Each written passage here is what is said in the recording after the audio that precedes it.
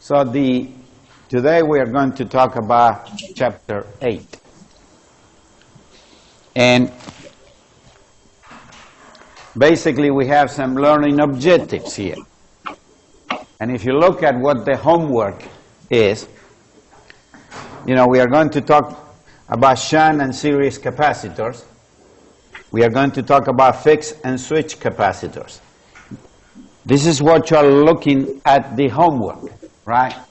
The homework is giving you peak conditions, but also is telling you that the minimum conditions. If we look at the examples that we did on Tuesday, right? We were given the peak current and the minimum current. So basically, what the information that you need when you are going to decide what is the amount of switch capacitors is basically the base is going to be fixed capacitors. And then you're going to try to track that by using switch capacitors. The point is that you are not able to track this bold line unless that you use some power electronics. But it's hard to compete.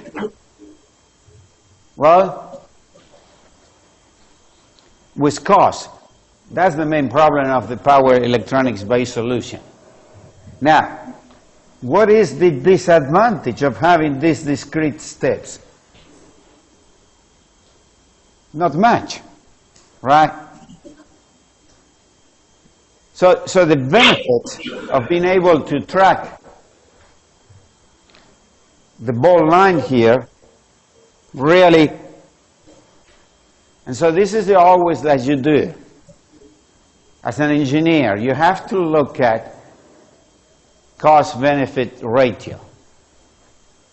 What do you gain by your solution? And so here we are going to talk about control mechanism for switch capacitors. And then you're going to learn about sizing, right? Probably sizing capacitor banks. And we have done a little bit in chapter 9. Because you cannot decouple a voltage regulation from the aspect of trying to compensate for the reactive powers in the systems. They go together, hand in hand.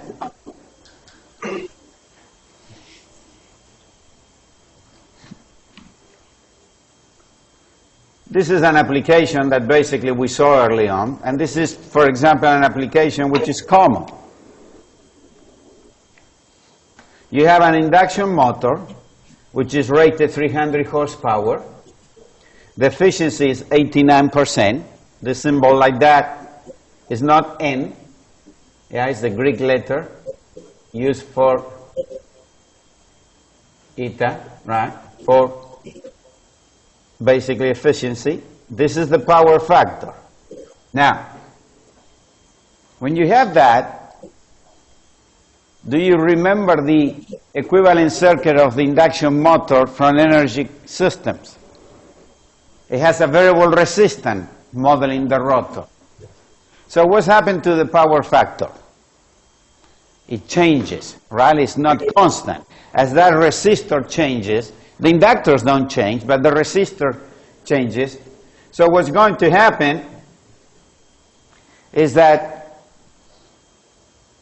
this changes. So this is normally given at rated conditions. What is the rated condition? The rated condition is when the power at the output is 300 horsepower. Is horsepower an electrical unit? The answer is no. It's a mechanical unit. So it cannot be the input power. That's the power at the shaft of the induction motor. And that's the reason why you have efficiency. When you have efficiency, what is efficiency? Output power over input power, and it's real, right? P is real power. Here we have a synchronous motor, and this is a typical application. For example, I'm aware of a factory that requires to use a lot of water, and so they are close to a river. But the factory is not next to the river. It's about, 1/3 of a mile. Why? Why you don't want to put the factory right on the river?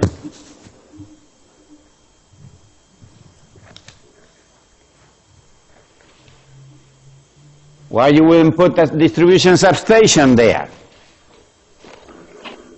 Because the river can flow, yeah. So as an electrical engineer, we have to think of that, right? It's a nice place, right? We can have a nice canoe and go fishing, right? But what's happened when the river flows? And this fall we have had some cases, right, of some rivers that, I think the Mississippi and things like that. So normally you try to put them at a distance, right? Somebody else, right, not you as an electrical engineer, will figure out what is, the line where the 1,000 years flood, which is the big one, the mother of all floods, will go, right? Floods are classified by 100 years and 1,000 years. Incidentally, that is also used if you are designing a hydroelectric power station. You have to design the reservoir for that 1,000 years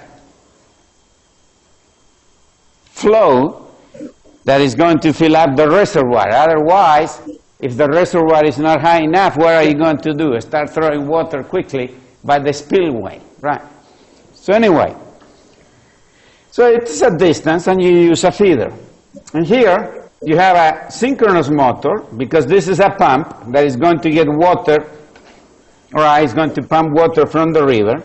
And so I need to add another pump.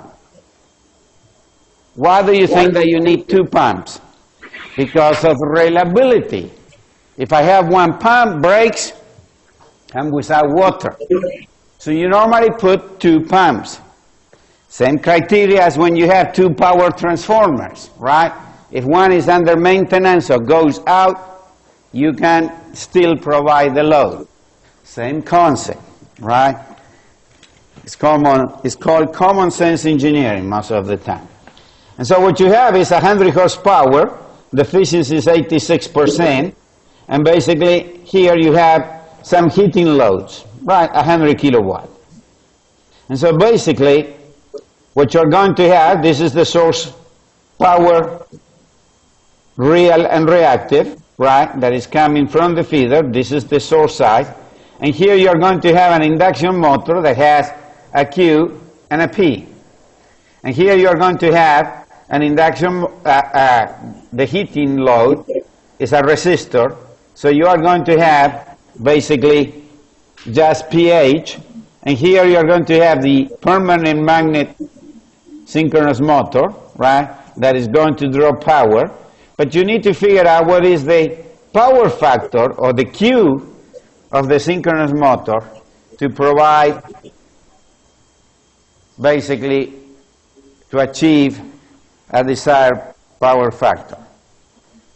And what is the example? The example here is that not always you use shunt capacitors. In this particular case, sometimes you look at your loads. Do you need an induction motor? Can you replace that induction motor with a synchronous motor? If you have a synchronous motor, then the synchronous motor can operate at lagging power factors, but also a leading power factor. So that means that if it operates as a leading power factor, it's acting as a capacitor. In the olden days, they had these large generators connected to the transmission system. And they used to be called synchronous condenser, right?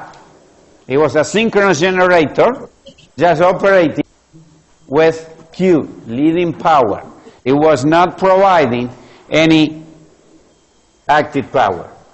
Well, here is just basically to, if you have a leading power factor, the reactive power is going into the system. Always you are drawing, the motor will always draw power, right? Whether it's operating as a lagging power factor or leading power factor. If it's lagging, obviously it's consuming reactive power. If it's leading, it's providing. This consuming, providing, right, is between inverted comma, because what's happened with the reactive power? Half of the cycle goes in one direction, the other half of the cycle goes in the other direction. And so basically the question here that we have to respond is determine the required power factor of the synchronous motor to correct the overall power factor at peak load. And so basically, as I said, this is very similar to basically Kirchhoff current law. You sum the currents, the sum of the currents at a particular node has to be 0. So here you have the induction motor power, the synchronous motor power, and the basically heater load. And here we have that the source is equal to the induction motor, and what we are assuming is that obviously there is no reactive power, right? Now if you look at the motor, right, basically this is the shaft, right, that's the motor, and you have the 3 terminals, right? You're going to connect the 3 phases, right? So you got power in, and you get power out into the shaft, right?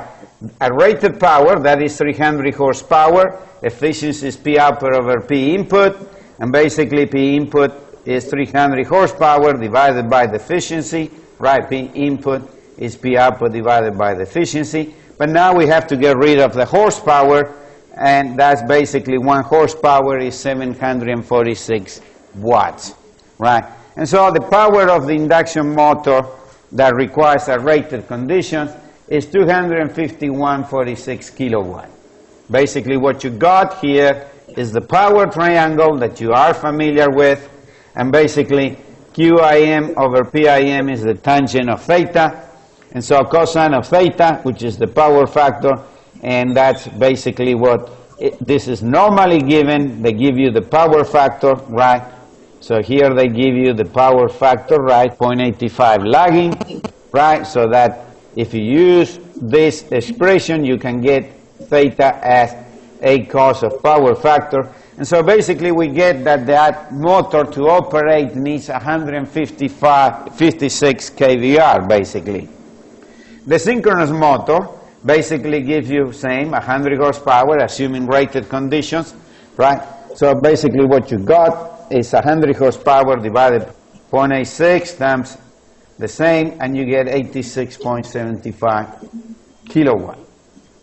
So now basically what you have is, if you are going to decide that the synchronous motor, you are going to have a similar power triangle, and you're going to have the same equations as before. So the source basically is going to have the power, right? The real power always comes from the source, right? P source is equal to PIM, PSM, PH, right? That's basically what the source is here, right?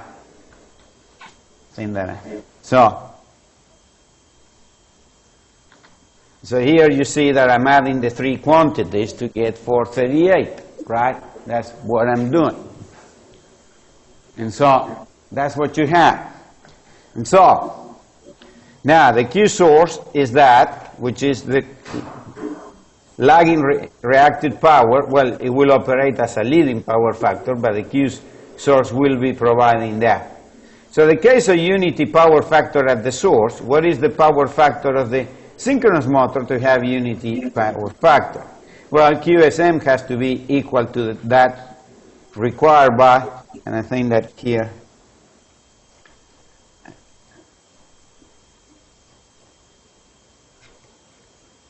okay, I need to change this to leading, so, but obviously I don't have vision, so that I won't do it. Now, so the Q synchronous motor has to operate at a power factor, And so if I calculate now what is the angle, it's 60.2. So basically, and if I calculate the power factor to this angle, is 49%, right? Now, this is something that you haven't seen before, perhaps. Normally you are used to see 0.49, right? Because the power factor is always less than 1, right? Well, 49 is greater than 1, right? Well, but look at this. There is a percentage, right? So 1 is equal to what? 100%, right? So 49% means 49 divided by 100. Have you done that before? Yes, right? Every time that you have something, what is the base impedance of the transformer? 10%. How do you calculate the ohms value? I divide by 100, right? 10% divided by 100% times the base impedance, okay? So that's basically what we have there. So the case 2, let's say that now we want this power factor to be 0.96 lagging. Why would you like to select 0.96 as opposed to unity power factor?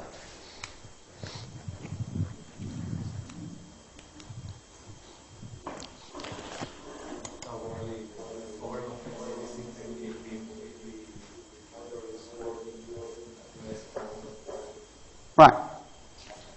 The answer that we are getting here is that on an overcompensated system, what's happening? What does it mean overcompensated?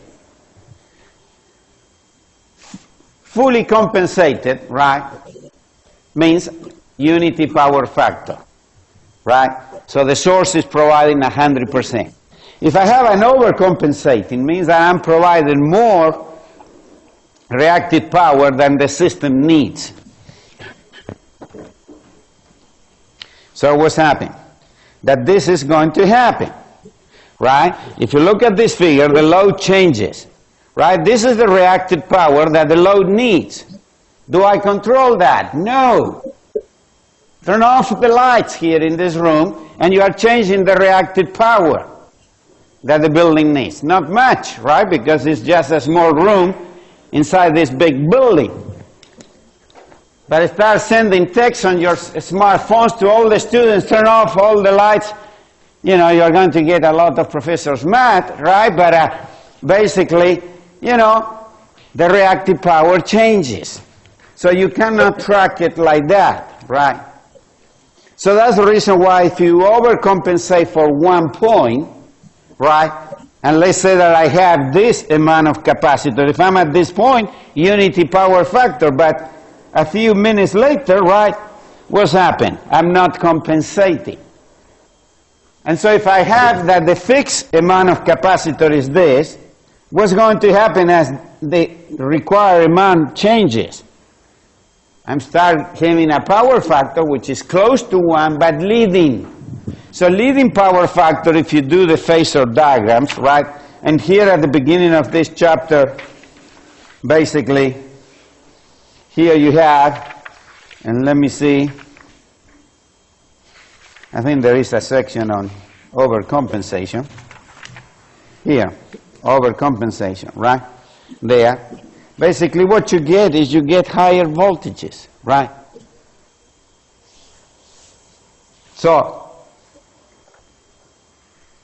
And so that's the problem with overcompensation, right? Overcompensation basically means, right, that you are going to have, and so what you do safely is to have it 0.96. And if you look at that, what is the most common practice by electric utilities in this country? To require 0.9, 90%. And the electric utility on a large customer at the University of Arkansas, they know what the demand is. What is demand? We got P for real power, Q for reactive power, and S for complex power. What is demand of the three? P. Okay, here they said P. What is demand? Sorry? Q. Another answer. Well, anyone goes for the third one? S. Right? That's the correct answer. Demand is volampere. Is S. That's the demand. Your electric bill is kilowatt hour. Is energy. Energy is the integral of real power over time. So they are not measuring, that meter that you have in your house is not measuring S. It's not measuring Q. But your house is very small. A customer like the University of Arkansas that probably has an electric bill of $100,000 per month, right? You don't make that kind of money in a year, right? And they pay that in a month, right? Well, I think that my profit margin on a $100,000 bill, I can afford to have a demand meter.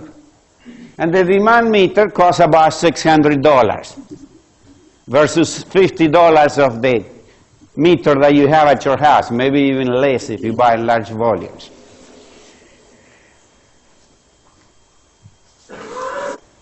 So that's the reason why they said 0.9, because they don't want to be in a situation where you overcompensate. You ask the the customer, the University of Arkansas, for example, to have a unity power factor, and then any change in the load causes that to change. And then you go into an overcompensating problem. What's happened with an overcompensation problem? If it was only the University of Arkansas that is affected, well, you caused it upon yourself, right? But the problem is that there are other customers that are connected there. Right, so that's the reason why you normally specify something that is below. And so basically, this is the power for the source. P is always on the real axis. On the imaginary axis, we have Q, right? And so the red here is the Q source all, right, what we have before.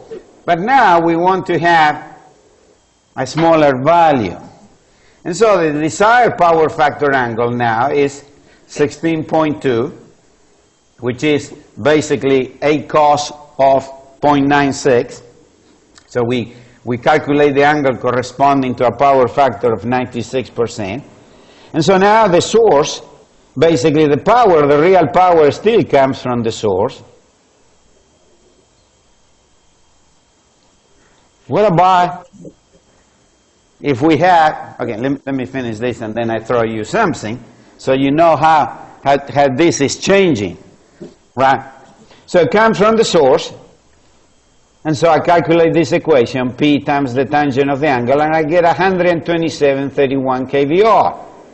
And so the synchronous motor has to give me the difference between what the induction motor needs and what the source, where I decide on the source, is 28.53 kVR. So if I do that, now I calculate the power factor angle for the synchronous motor is 18.2 leading, and the power factor of the motor will be cosine of this angle, 95%. So that's the advantage of having. So what is the advantage when you are in an industry where there is induction motor loads, and some of them could be a synchronous motor?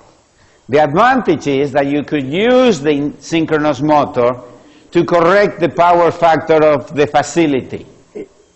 And what is the advantage? That I don't have to buy shunt capacitors, right? So I have to identify if there are loads, right, that can do that. You know, sometimes it's difficult. Right, I have a conveyor belt. Well, I bought the conveyor belt, and you know, unless that the manufacturer allows me the option, do you want an induction motor driven conveyor belt or permanent magnet synchronous motor conveyor belt, really, right, I'm stuck, right? I'm putting together the pieces. You know, in this particular case where I took this example, you know, it's an industry where they have pumps that they get water because their process uses a lot of water, right? So they could specify the type of pumps that they wanted, right? Whether it was induction motor driven or permanent magnet or synchronous motor driven. I don't know if it was a permanent magnet or not. Now, what I was telling here, that all these equations work fine. First, we have a case, how many nodes? One node, right? The homework for Tuesday has more than one node. But you can apply the same ideas to each node that you're going to select, that you're going to put synchronous capacitors. Sorry, shunt capacitors. Shunt capacitors. Now, what I'm trying to say here when I say, well, let me finish this, the distribution systems are changing.